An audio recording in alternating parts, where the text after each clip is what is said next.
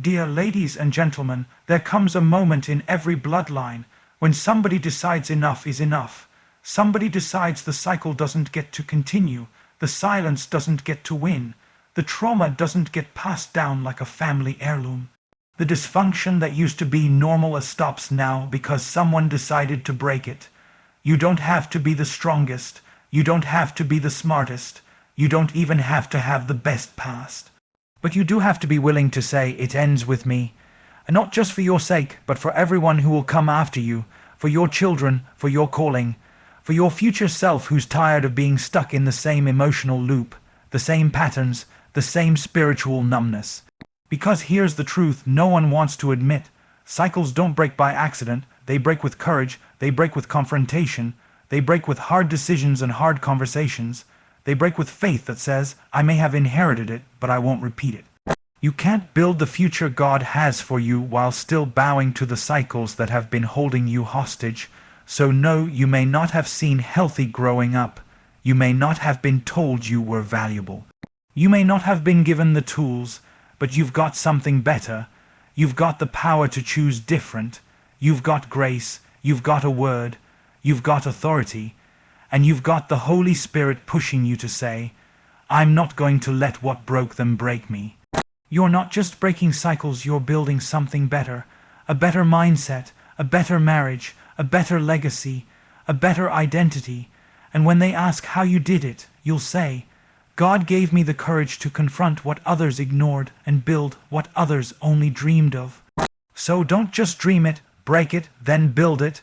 It starts with you, and what begins with you won't end with you. 10 key points of the speech cycles don't break by time, they break by intentional, faith-filled decisions. What you don't confront, you will eventually repeat.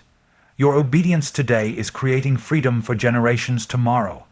God doesn't need your perfection, He needs your participation. Silence protects cycles. Truth breaks them. You may be the first to fight this battle, but you won't be the last to benefit. Just because it's familiar doesn't mean it's healthy. Break the agreement. You can't carry healing and hide wounds at the same time. You weren't chosen to blend in, you were chosen to break out. The future you're building will speak louder than the pain you're breaking, certainly. Here's the *** fully expanded version of key point 1 ** from **. Break the cycle. Build the future, * written in the bold, soul, stirring voice inspired by * Stephen Furtick * unapologetic, honest, and deeply transformational. Cycles don't break just because you're tired of them. They don't break because you cried about them. They don't break because you posted about wanting change. ***, they break because you made a decision. ***, a decision to stop blaming the past and start building the future. A decision to stop managing dysfunction and start confronting it. A decision to say, I know this is how it's always been, but I refuse to let it keep being this way. We like to think time will fix it. That if we just wait long enough, if we just keep busy enough, if we just numb it enough, somehow the cycles that held our parents and their parents will quietly dissolve. But ***, cycles are not broken by time, they are broken by truth. ***, they are broken by people who are bold enough to say, I'm done pretending this is normal. I'm done repeating what I didn't choose. I'm done watching this dysfunction live another day in my house, in my heart, in my habits. Cycles are strong because they are * familiar *. They masquerade as identity. They disguise themselves as protection.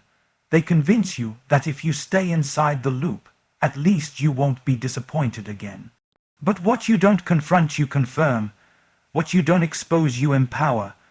What you allow to repeat silently will eventually become your ***, standard ***. So if you don't decide to interrupt the pattern, it will become a blueprint for the next generation. And hear me, not deciding * is * a decision. Waiting until it feels easier * is * a choice to stay the same. Avoiding the issue * is * how the cycle survives. You can't break a cycle while protecting the comfort it gives you. You can't build the future while coddling what's been keeping you stuck. It's going to hurt. It's going to be lonely. It's going to cost you convenience, applause, and sometimes even relationships. Because not everyone benefits from your break. Some people benefit from your bondage. But you were never built to blend in with dysfunction. You were called to rise up and disrupt the pattern. Think about it. Every great move of God in Scripture started with someone who said, I won't do it like everyone else.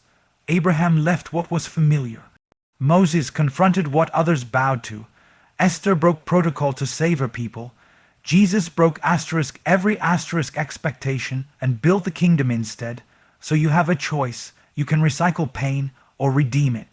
You can repeat history or rewrite it. You can live by what broke them or build what blesses those after you. It doesn't happen by chance. It happens by a decision. A holy, hard, non-negotiable decision that says,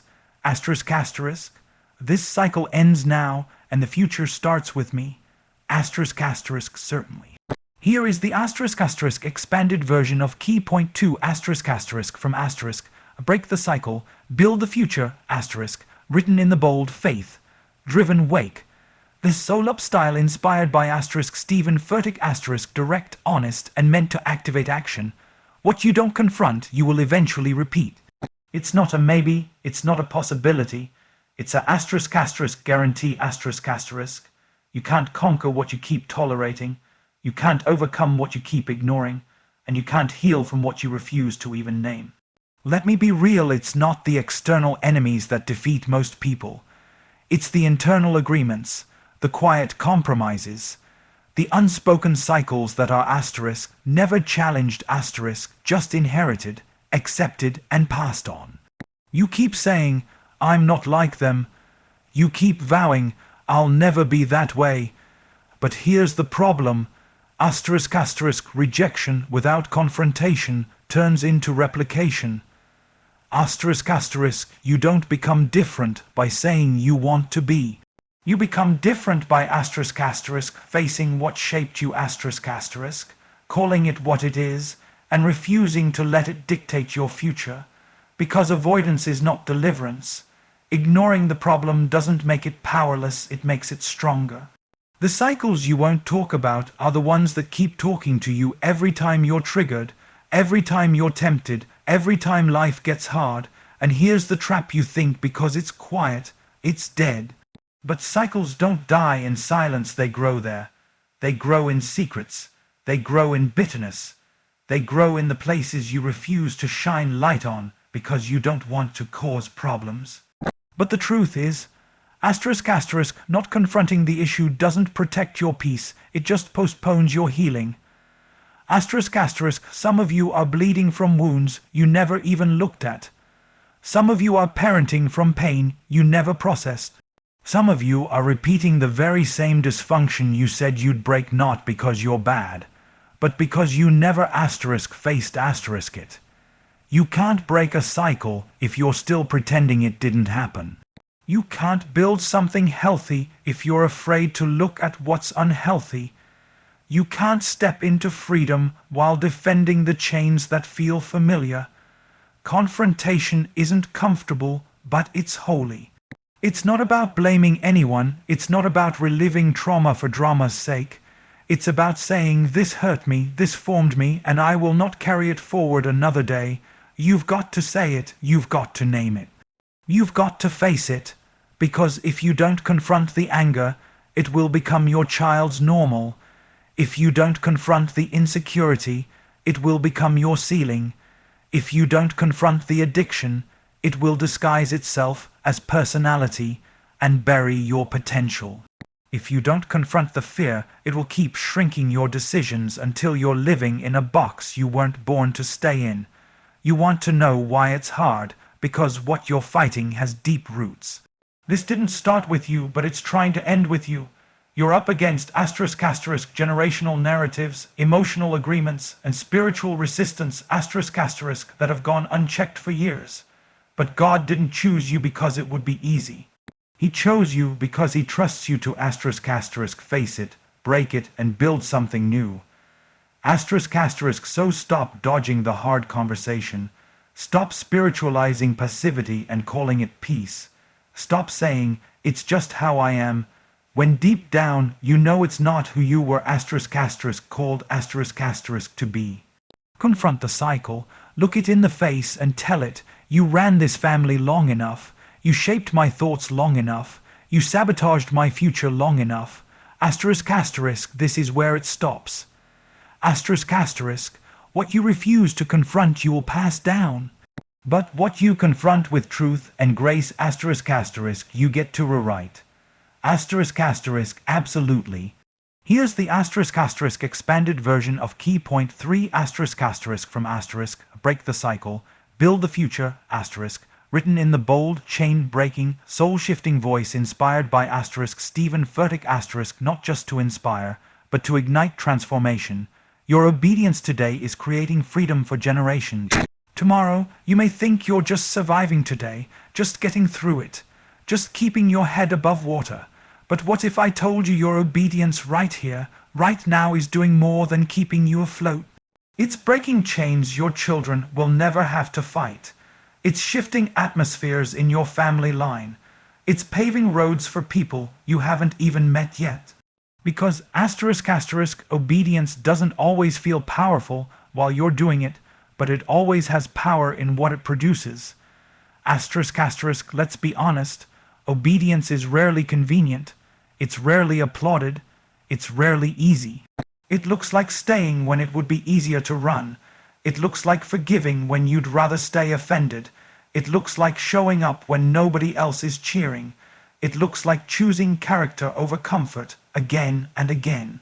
And sometimes it feels like no one notices, like you're the only one trying, like you're holding up something heavy that others keep dropping, but God sees it. God sees you saying no to what used to control you. God sees you choosing healing instead of hiding. God sees you closing the door on dysfunction even when it leaves you standing alone. You think it's small, but it's not. Every act of obedience is a sledgehammer to the walls that kept your family bound. Every prayer is a seed. Every step of faith is a crack in the foundation of that generational stronghold. You may not see the full impact yet, but your kids will. Their kids will. And the freedom they walk in will be traced back to the yes you gave God in silence. This is why the enemy wants you to quit. Because your obedience threatens his grip on generations. Because every time you choose obedience over ease, you reclaim territory that was lost. That's why it feels so hard. That's why you're being tested. Not because God abandoned you, but because what you're carrying matters that much It's not just about you, it's about the addiction that won't be repeated, the abuse that won't be recycled, the poverty that ends with you, the shame that dies here, the silence that's being broken so your children can finally speak. You're not just obeying for today, you're building legacy . And when you feel like giving up, remember, you're not just fighting for your life, you're fighting for a bloodline . You may never be publicly celebrated for it. You may never get a thank you card. But one day, someone will live in the freedom you created, and that alone makes it worth it. Because obedience isn't just about personal blessing, it's about generational breakthrough . So when it gets hard, obey anyway. When you're tired, obey anyway. When no one claps, obey anyway. When the cycle roars and the resistance rises, obey anyway. Because heaven is recording your yes. And one day, a generation will rise and say, I walk in peace because they fought through pain. I have clarity because they obeyed in confusion. I have freedom because they chose faith instead of fear. You're not just breaking the cycle, you're building the future. Absolutely. Here's the expanded version of key point 4 from break the cycle, build the future, written in that deep, no-compromise, truth-telling tone inspired by Stephen Furtick the kind that doesn't tiptoe around transformation but kicks the door wide open. God doesn't need your perfection. He needs your participation. We've bought into a lie, the lie that we have to get ourselves together before we can really break cycles, the lie that we have to be whole before we can begin healing, the lie that we have to be completely free before we can walk in purpose. But listen, God never asked for perfect people. He asked for willing ones. You keep disqualifying yourself from the assignment because you still struggle.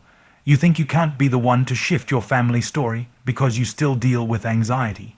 You think you're not holy enough, not healed enough, not good enough to lead the change. But the very fact that you're aware of the brokenness, that you're awake enough to notice the pattern, is proof that you've been chosen to break it. God doesn't need someone with a flawless record.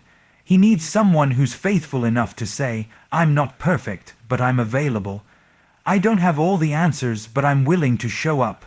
I still struggle, but I'm not staying silent anymore. Perfection isn't required, but participation is essential. You can't stand on the sidelines of your own healing. You can't spectate the transformation and expect generational change. You have to put your hand to the plow and say, let's go, let's dig up the root. Let's tear down the lie, let's do the therapy, let's build the boundary, let's shift the mindset. Let's do the work, not because we're perfect, but because we've finally said yes to the process. Some of the greatest cycles are broken in the middle of the mess, not after everything is fixed. The woman with the issue of blood didn't wait until she was healed to touch Jesus. She moved in her weakness. Peter didn't become perfect before walking on water. He stepped out anyway. Moses didn't lose his stutter before saying yes, he led with it. David didn't wait until he was king to fight. He fought lions, bears, and giants before the crown ever touched his head. What if God is calling you not in spite of your flaws, but because of them? Because your testimony will speak louder than your talent. Because your obedience in the middle of your brokenness will do more for your family than someone else's polished perfection ever could. You want to know what's contagious? Real. Raw. Unfiltered. Honest. Flawed but faithful. Still struggling but still standing. Still wrestling but still walking in obedience. That kind of person. That's a cycle breaker. That's a future builder. That's the one hell gets nervous about. You keep thinking you need to be more qualified, but what qualifies you is the very thing you're trying to hide. You've been through it. You know what bondage feels like. You know the cost of silence, you know the weight of brokenness, and that means you know why it must end.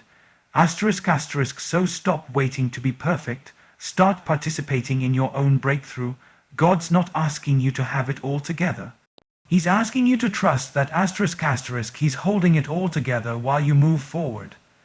It's not your perfection that builds the future. It's your participation in His plan your response to His voice, and your decision to rise up as imperfect, unfinished, unfiltered, and anointed as you are.